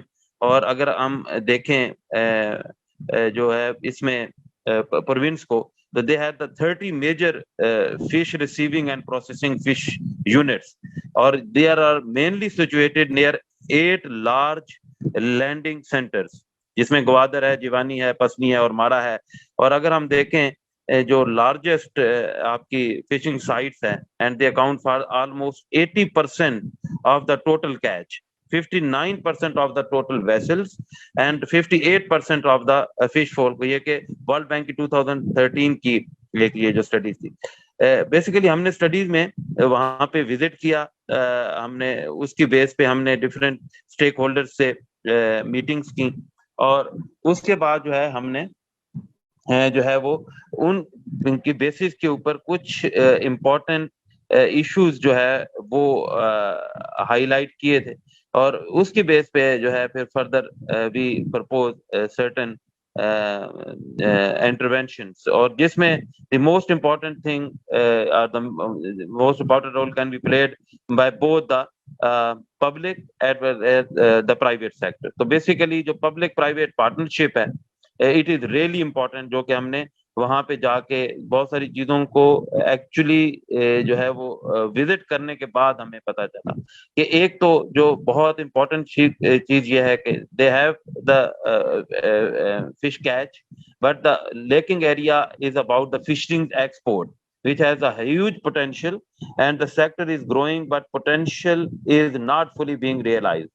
ٹھیک ہے, اس میں جو بہت امپورٹنٹ ہم نے وہاں پہ چیزیں دیکھی, ان میں ایک انپروپریٹ فش ہینڈلنگ تھی, پور مینجمنٹ تھی, انیڈیکویٹ انفراسٹرکچر تھا, ہائیجینک پرابلمس تھے, جن کی وجہ سے ہمارے موسٹلی پاکستان کی فشریز پہ ہم نے دیکھا ہے کہ وہ ایس پی ایس اور جو ہے وہ ٹی بی ٹیز میئرس کے تھرو ہمارے نان ٹیرف اس بیریئرس جو ہے آ جاتے ہیں. تو بہت امپورٹنٹ جو ہے ایس پی ایس ایشوز جو ہے, they are handling the fish export, and we need to basically the joint ventures in this sector and the public private partnership to basically address the SPS issues. Higher input cost hai because of seaweed import from Thailand. تو one of the major issues in fish farming is the environmental pollution, جو کہ آپ کے sustainable کے ساتھ بہت بڑا link ہے, اور یہ ڈائریکٹ بہت بڑا پوٹینشیل ہے. اور اسپیشلی جب سی پیک کے حوالے سے دیکھیں, Gwadar is the heart of the CPAC. So around 2/3 of the fish production decrease due to diseases. تو ایک important اور area جو ہے وہ ہے production and food value chain, جو جس میں جو ہے وہ اگر ہم کئی فش اسپیشیز ہیں, 100 فش ہے, میں بولا ہے, they are basically verge of extinction because of overfishing کا ایشو ہے. ٹھیک ہے, اس میں جو ہے وہ بریڈنگ سیزن میں بھی کئی دفعہ فشنگ ہو جاتی ہے, اس میں کچھ جو ہے وہ اس طرح کے میئرز لینے کی ضرورت ہے to basically also look at the issues of big trawlers of deep sea fishing, جہاں پہ جو ہے وہ اس کی مانیٹرنگ اور اس کی ضرورت اور آتی ہے. Again the public sector role is important in this background. تو وہ پھر اسی طرح لو ویلیو ایڈیشن ہے, جو especially which are basically hindering basically the true potential of that sector, اور جس میں ایبسنس آف ٹیسٹنگ لیبس ہیں, جو کہ again the government can play the role. Is तरह जो CPEC के through we can basically approach the China for that purpose. So only one seafood testing lab was recently established at Barrier University Karachi, जो हमने उस time जाके देखा. Institutional bottlenecks जो है weak implementation and execution of maritime policies है. Government office of licensing located at Karachi and Islamabad, far away जो है वो है from the Gwadar. और इसी तरीके से इंफ्रास्ट्रक्चर से मुतालिक है, हमने जैसे जाके देखा था कि कुछ एडवांस टेक्नोलॉजीज हैं लाइक सोनार, इको साउंडर, और बेसिकली जो इन चीजों की जरूरत है. पावर डेफिशिएंसी का एक बहुत बड़ा इशू है, जिसमें ग्वादर में इलेक्ट्रिसिटी के लिए वो है भी कोर प्रोजेक्ट के ऊपर काम हो भी रहा है. तो insufficient water required to convert into ice, क्योंकि अब ये होता है कि आपको जो उसके जो है वो फिश जो है वो बहुत सारा वेस्ट हो जाता है, जिसकी वजह से ये हमारा प्रॉपर इंफ्रास्ट्रक्चर ना. जी डॉक्टर एहसन, थोड़ा सा अगर आप वाइंड अप कर लें, थोड़ा सा इंटरवेंशंस को एनर्जी रिन्यूएबल एनर्जीज और पब्लिक प्राइवेट पार्टनरशिप की तरफ ले आए तो काइंडली बहुत बेहतर हो. ठीक है. अच्छा, एक जो दो तीन जो इम्पोर्टेंट है, एक तो जहाँ पे पोटेंशियल भी है जिस पे काम करने के, ये बेसिकली श्रिम्प फार्मिंग है, which is highly valued and profitable business in Gwadar. ठीक है, इस पे कुछ लोग काम कर रहे हैं, और इसके अलावा जो है ना बहुत ज्यादा जो काम कुछ हुआ भी है एवेसिना मैरिना मैंग्रोव्स के ऊपर ना, और उसकी नर्सरी हैबिटेट्स, और इससे रिलेटेड जो है वो एक शाबी क्रीक पे और पिशकान के नजदीक जो है ये चीज हो रही है. इसके ऊपर जो है ना कुछ जगह आइडेंटिफाई की, जैसे कलमत बे जीवानी वगैरह में है, वहां के उन लोगों ने कहा है कि इसमें उनको स्पेशली नीड ऑफ फाइनेंस और टेक्निकल सपोर्ट्स की जरूरत है. जो एक और इम्पोर्टेंट एरिया वो हमने देखा कि वो education and training programmes for local fisherman, क्योंकि वो बिल्कुल जो है प्रिमिटिव मेथड यूज हो रहे हैं जिसमें, और वहां पे एक टेक्निकल इंस्टीट्यूट है भी, लेकिन वो वही प्रॉब्लम वो हुआ जो 18th अमेंडमेंट के बाद के जी वो फेडरल के डोमेन है या प्रोविंशियल है, इसको भी जो है वो ऑपरेटिव किया जा सकता है. और सोशो इकोनॉमिक पॉलिटिकल इश्यूज हमने सीपैक रूट की बात की थी, बहरहाल वो एड्रेस हो गया था इस पे वो और इसमें जो एक चीज और है कि इन्वायरमेंटल कंप्लायंसेस जो है फिशिंग शुड बी इंश्योर्ड, और उसमें it is another important area जहाँ पे आपको दायरा है कि जो लोकल कम्युनिटी और उनके resources will not be sufficient. Sea fishery should be under the control of the Ministry of Maritime, while the fishery management should be under the Ministry of Food Security. क्योंकि ये दो तरह से inland fishery और उसका है, तो इसमें कई तरीके से क्लैरिटी नहीं होती. तो ये इस तरह की चीजें कुछ हमने जो है एडमिनिस्ट्रेटिव बेस पे कुछ इसमें की. और देयर शुड बी अलाइंड और related industry should be promoted such as printing and packaging in, अब और वो क्योंकि ग्वादर में डेवलपमेंट के साथ हो भी रहा है. And special incentives and credit support should be provided to labor intensive or small and medium industries for the development of sector, both for job creation and the export promotion purpose. Or another important, I've already told, the technical vocational institute highly needed area है, यहाँ पे intervention की जरूरत है. CPEC की अगर मैं बात करूँ तो the most important component is the development of blue economy with the focus on fisheries and aquaculture and has been envisioned. और another is coastal tourism, जिसमें एक तो प्राइवेट इन्वेस्टर्स के लिए डिफरेंट पैकेजेस की जरूरत है, जिसमें उनको क्रेडिट फैसिलिटी के साथ साथ वो जो इंस्टीट्यूशनल सपोर्ट है वो मिलने जाए. और दो एरियाज हैं जो जिनको आप डेवलप करने की जरूरत है with public private partnership. One is the feed mills development, other is the hatchery development. मौजूद है वहां पे हमने इंफ्रास्ट्रक्चर देता है, लेकिन नॉन ऑपरेटिव वो हमने खुद देखा था. ये एरिया. थैंक यू जी. Thank you. So doctor Nadia, आपके कोई फाइनल कमेंट्स हैं, काइंडली दे दें. जी अहद, मुझे अच्छा लगा. I have hear all the panelist, और कुछ बहुत अच्छे अशरफ साहब की तरफ से, मरी साहब की तरफ से बहुत अच्छा फीडबैक आया है, जिससे वी कैन इजीली जज that there are so many administrative issues, political issues as well. Balochistan is not the province like all the other provinces. There are so many concerned. which every one of us know about. But still, کیونکہ Gwadar is becoming a new city, تو یہاں پر یہ ہے کہ ایک intervention یہ کی جا سکتی ہے کہ رینیوبل انرجی کو یہاں پر انٹروڈیوس کیا جا سکتا ہے. جیسے آلریڈی سلام صاحب نے کہا کہ کوئٹہ از ڈینسلی پاپولیٹڈ سٹی, اور وہیں پہ انفلو فردر اسی سٹی کی طرف زیادہ ہے, لیکن Gwadar could be made as a pilot project اور ایز اے ماڈل سٹی. تو رینیوبل انرجی کی انٹروڈکشن وہاں سے کی جا سکتی ہے کہ اس کو سسٹم کے اندر ایمبیڈ کیا جائے. دوسری بات یہ ہے کہ ول جو ہے that is very important provincial level پہ, جس میں فیڈرل گورنمنٹ اور پروونشل گورنمنٹ کی انٹرونشن اور ان کا ایک پیج پہ ہونا, that is very essential and important for kicking off the project especially related to renewable energy, جس کا ہائی پوٹینشیل اویلیبل ہے ان بلوچستان. اور جہاں تک بات ہے ٹرانسمیشن لائنس کی, that's a very important area. ہماری جو ٹرانسمیشن لائنس کے ایشوز ہیں they are still here, not in Balochistan, rather in the other provinces as well, اور اس کو ایڈریس کرنے کی بہت ضرورت ہے. Secondly, I would say that it should be example should be lead by the solar installations in the public buildings. جب Balochistan government کی جو پبلک بلڈنگز ہیں اس کے اندر جب ہم اس کی انٹروڈکشن ہوگی renewable energy specifically the solar installations, تو اس کا ایک ٹرکلنگ ڈاؤن افیکٹ آئے گا for the local people and communities and other institutions especially private sector as well. And then there is a need to develop and publicise the local financing options. اس کے اندر بھی بہت سے issues ہیں solar panels کے اندر, اور ان کی فائنینسنگ کے لیے ایک سرٹن میکینزم کی ضرورت ہے جس پہ government should do work with the engagement of private sector as well.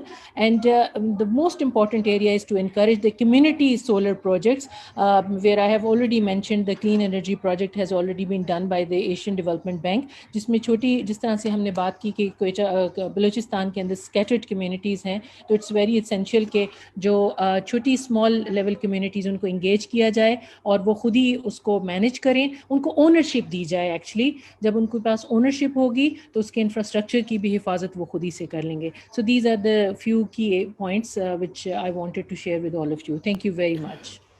Thank you doctor Nadia. Taha صاحب, آپ کے کوئی کامنٹس ہوں؟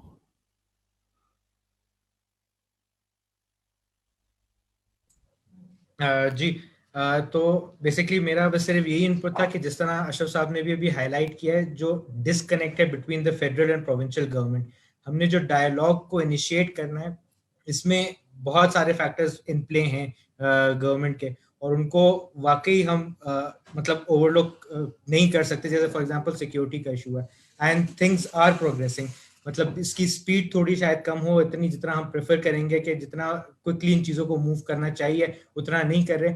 لیکن ایون دا فیڈرل گورنمنٹ, ان سے بھی جیسے کہ ہماری ابھی کوآرڈینیٹ کرتے ہیں فیڈرل بورڈ آف انویسٹمنٹ سے, they are willing to move forward. اور اس کا جو پرائمری سولوشن ہے وہ یہی ہے کہ مطلب we sat on the same board. اس وقت جیسے کہ ابھی energy related matters mostly federal government ہی ڈیل کر رہی ہے, تو ہمیں ایک پیج پہ آ کے بیٹھ کے اور ایک یونیفائڈ پالیسی ایک بنانی پڑے گی. اس وقت بلوچستان کی جو ایک نیڈ ہے وہ ہم اسپیسیفکلی کنوے نہیں کر پاتے ہیں فیڈرل گورنمنٹ کو, ہماری اتنی اسٹرانگ ریپرزنٹیشن نہیں ہے وہ فار ویریس فیکٹرز. تو اس ریپرزنٹیشن کو ہمیں انکریز کرنا ہے, جس کا ہمارا الٹیمیٹلی فائدہ جب ہم ان پالیسیز کو اس طرح, جب کیونکہ بہت تیزی سے ہم انڈسٹریلائزیشن کی طرف جا رہے ہیں, اٹ از انیویٹیبل کہ جو سی پیک ہے اور گوادر کی ڈیولپمنٹ ہے, دے آر ویری انیویٹیبل. جتنے اسٹیک ہولڈرز اس وقت اس میں انوالوڈ ہیں, انڈسٹریلائزیشن ہونی ہے, انرجی نیڈز ہماری فردر انکریز ہونی ہے. جو اس کے پرابلمز ہیں اس پہ ہم نے جس طرح کے ٹرانسمیشن وغیرہ کے ہائی لائٹ کیے ہیں اور پالیسی کی ہیں اور ڈسکنیکٹ کیے ہیں, ان کو ہمیں as soon as possible high light کر کے ان کو ریزالو کرانا ہے ایک پیج پہ آ کے. جس طرح اشرف صاحب نے بالکل رائٹلی پوائنٹڈ آؤٹ کہ there is a very big disconnect between the federal and provincial government. تو اس ڈسکنیکٹ کو ہم نے ایلیمینیٹ کر کے ہی جو سولوشن ہے جو ہم نے sustainable development in the energy sector ہم نے اچیو کرنا ہے ان بلوچستان, اس کا سولوشن پرائمریلی یہی ہے. I think. Thank you Taha صاحب. جی غوث بخش مری صاحب, آپ کا کوئی فائنل کامنٹس ہیں یا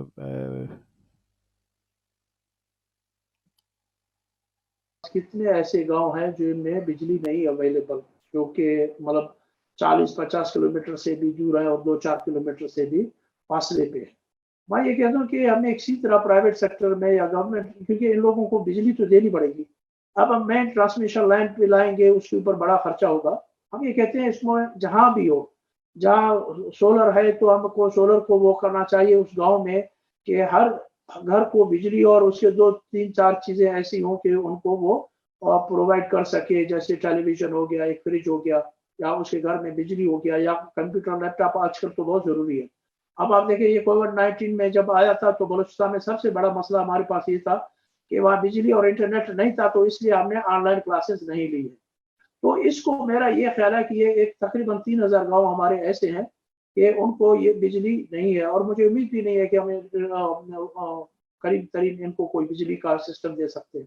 इसको हम अगर कोई प्राइवेट सेक्टर आए, बेशक, तो हमारे पास ऐसे भी गांव हैं कि जिनकी पॉपुलेशन 200 घर से ज्यादा है, तो उन घरों को हम ऐसे एक पॉलिसी बना लें और एक वहाँ उन लोगों को सोलर से बिजली दे दें, ताकि वो अपने बुनियादी चीजें वो डोमेस्टिक, जिस तरह हम कह सकते हैं डोमेस्टिक एनर्जी को वो अपने मीट विद कर सकते हैं। ये मेरा एक गुजारिश, अगर आप अपने पॉलिसी पेपर में ये चीज डाल दें तो एक बड़ी अच्छी हमारे लिए होगा। Thank you sir, very well noted. हमारे पास छोटा सा हमारे एग्जीक्यूटिव डायरेक्टर साहब का एक मैसेज है, और ऑफ कोर्स उस मैसेज के अंदर हम लोग ये भी बताना चाह रहे हैं कि जो हमारा network for clean energy transition research and advocacy है, उसको आप किस तरीके से ज्वाइन कर सकते हैं, उसके अंदर सब ग्रुप्स क्या क्या हैं। तो उमैर, अगर काइंडली आप वो वीडियो मैसेज प्ले कर दें। Transition to clean energy requires collective efforts of government, of academia, of think tanks, and of individual citizens. And in order to promote this collectivity, and in order to promote this collaboration, Sustainable Development Policy Institute has initiated a network called Clean Energy Transition Network. If you are interested in promoting clean energy, if you are interested in supporting this transition towards clean energy, then please join us. We have 3 subgroups. The first group is Renewable Energy Working Group. The second subgroup is Corporate Sustainability Group. And the third subgroup is Natural Capital Impact Network. I look forward to seek your support, and I look forward to work in collaboration with you.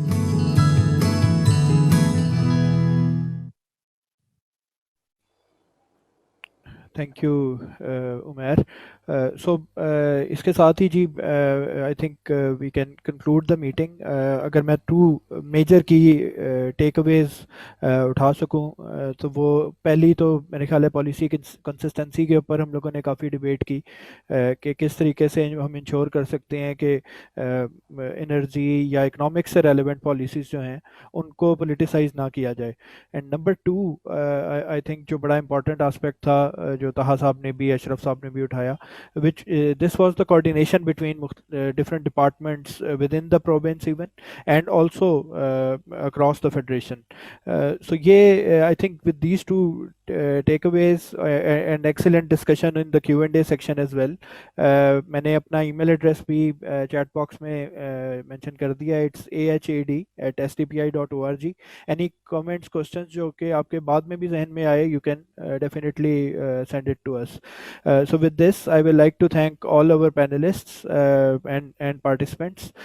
This was a very fruitful discussion, and I hope हमारी जो research team है, जिसमें उबैद हैं, अब्दुल्ला हैं, they have taken notes. I would like to also thank the IT team that was involved, and we look forward to welcoming you again for such a discussion. And thank you all. Thank you very much for this very, very insightful session. Thank you, Ji.